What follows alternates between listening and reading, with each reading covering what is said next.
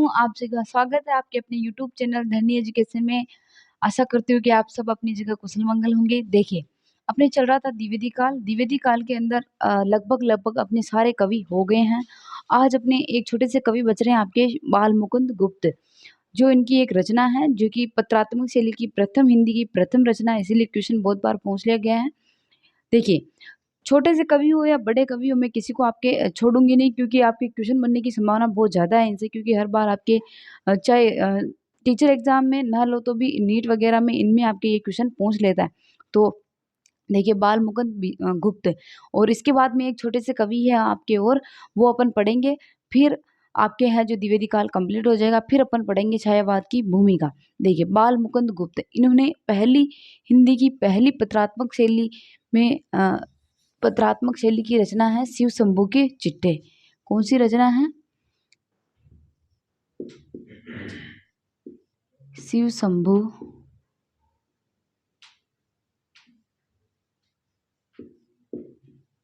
के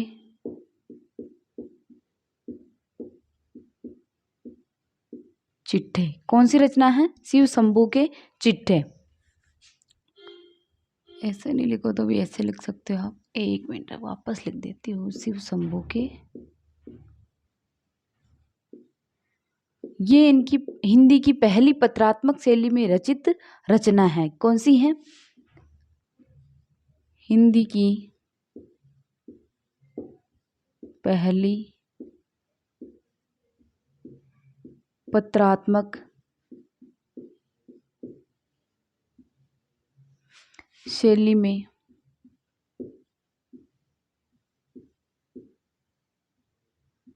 रचित रचना ना।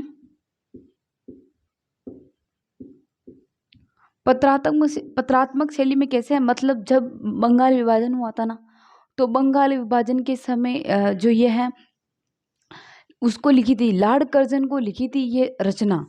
लॉर्ड कर्जन को किसने लिखी थी? तो बाल मुकुंद गुप्त ने ये बंगाल विभाजन प्रतिक्रिया स्वरूप बाल मुकुंद गुप्त ने लिखी थी। किसको लिखी थी? तो लॉर्ड कर्जन को लिखी थी ये रचना, जो कि एक पत्रात्मक यानी पत्र के समान वाली रचना थी, जो पत्रात्मक रूप में लिखी हुई थी। ये रचना है तो रचना, लेकिन पत्रात्मक रूप में लिखी हुई थी, इसीलिए ये हिंदी की पहली पत्रात्मक शैली में रचित रचना है।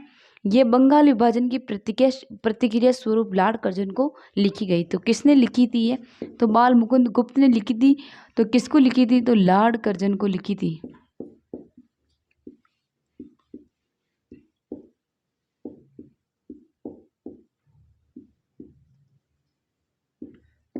बंगाल विभाजन प्रतिक्रिया स्वरूप क्या है? बंगाल विभाजन प्रतिक्रिया स्वरूप लॉर्ड कर्जन को लिखी गई थी। बंगाल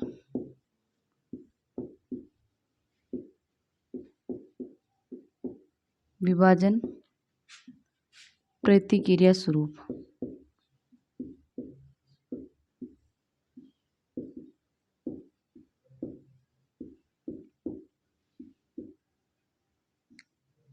देखिए, किसको लिखी थी? तो लॉर्ड कर्जन को लिखी थी। कब लिखी थी? बंगाल विभाजन प्रतिक्रिया स्वरूप लिखी थी। हिंदी की पहली पत्रात्मक शैली में रचित रचना है शिव शंभू के चिट्ठे। ये इनकी इम्पोर्टेंट रचना आ जाती है। इसके अलावा इनको ना बाल मुकुंद गुप्त को भारतेंदु काल और द्विवेदी काल का संधि कवि कहा जाता है। क्या कहा जाता है?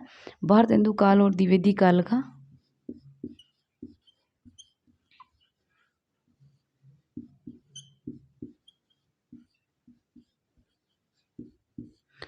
भारतेंदु काल तथा द्विवेदी काल का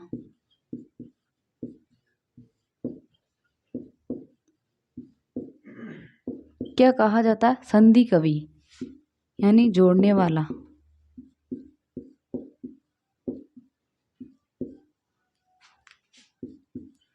ये आपके क्वेश्चन बन जाता है कि भारतेंदु काल और द्विवेदी काल का संधि कवि किसे कहा जाता है? तो किसे कहा जाता है? आपके बाल मुकुंद गुप्त को संधि कवि कहा जाता है, द्विवेदी काल और भारतेंदु काल का। और इसके अलावा इन्होंने दो पत्रों का संपादन किया था। एक तो भारतवासी और एक बंग पत्र। कौन सा है? एक तो भारत मित्र, एक बंगवासी। कौन सा है? भारत मित्र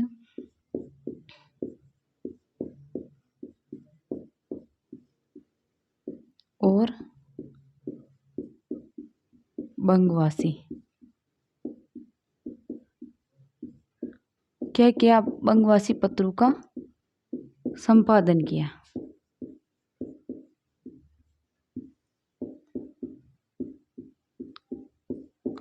तो इन्होंने भारत मित्र और बंगवासी पत्रों का संपादन किया। और इनका जो बंगवासी जो पत्र है ना, बंगवासी पत्र को भाषा गढ़ने की टकसाल कहा जाता है। क्या कहा जाता है? भाषा गढ़ने की टकसाल। इनका जो ये बंगवासी पत्र है, इसको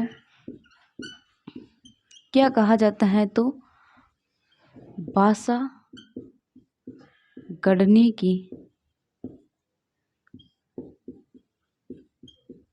क्या कहा जाता है? टकसाल कहा जाता है।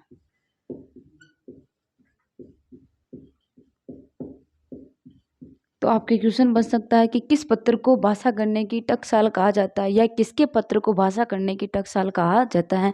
तो बाल मुकुंद गुप्त के बंगवासी पत्र को भाषा गढ़ने की टकसाल कहा जाता है। तो ये हो गए आपके बाल मुकुंद गुप्त। देखिए, इन्होंने शिव शंभू नाम के चिट्टे, क्या है? शिव शंभू नाम के चिट्टे रचना लिखी थी, जो कि हिंदी की पहली पत्रात्मक शैली में रचित रचना है। और ये रचना इन्होंने लॉर्ड कर्जन को लिखी थी। कब लिखी थी? तो बंगाल विभाजन की प्रतिक्रिया स्वरूप लॉर्ड कर्जन को लिखी थी, है ना। और इनको भारतेंदु काल और द्विवेदी काल का संधि कवि कहा जाता है। क्या कहा जाता है? संधि कवि कहा जाता है। और इन्होंने भारत मित्र और बगवासी पत्रों का संपादन किया। क्या किया? भारत मित्र और बगवासी पत्रों का संपादन किया। और इनके बगवासी पत्र को क्या कहा जाता है? भाषा गढ़ने की टकसाल कहा जाता है। इनके बगवासी पत्र को भाषा गढ़ने की टकसाल कहा जाता है। तो ये हो गए आपके बाल मुकुंद गुप्त। अब आपके छोटे से कवि बच रहे हैं। मिलते हैं कल नए कवि के साथ में, तब तक के लिए सभी को बहुत बहुत धन्यवाद।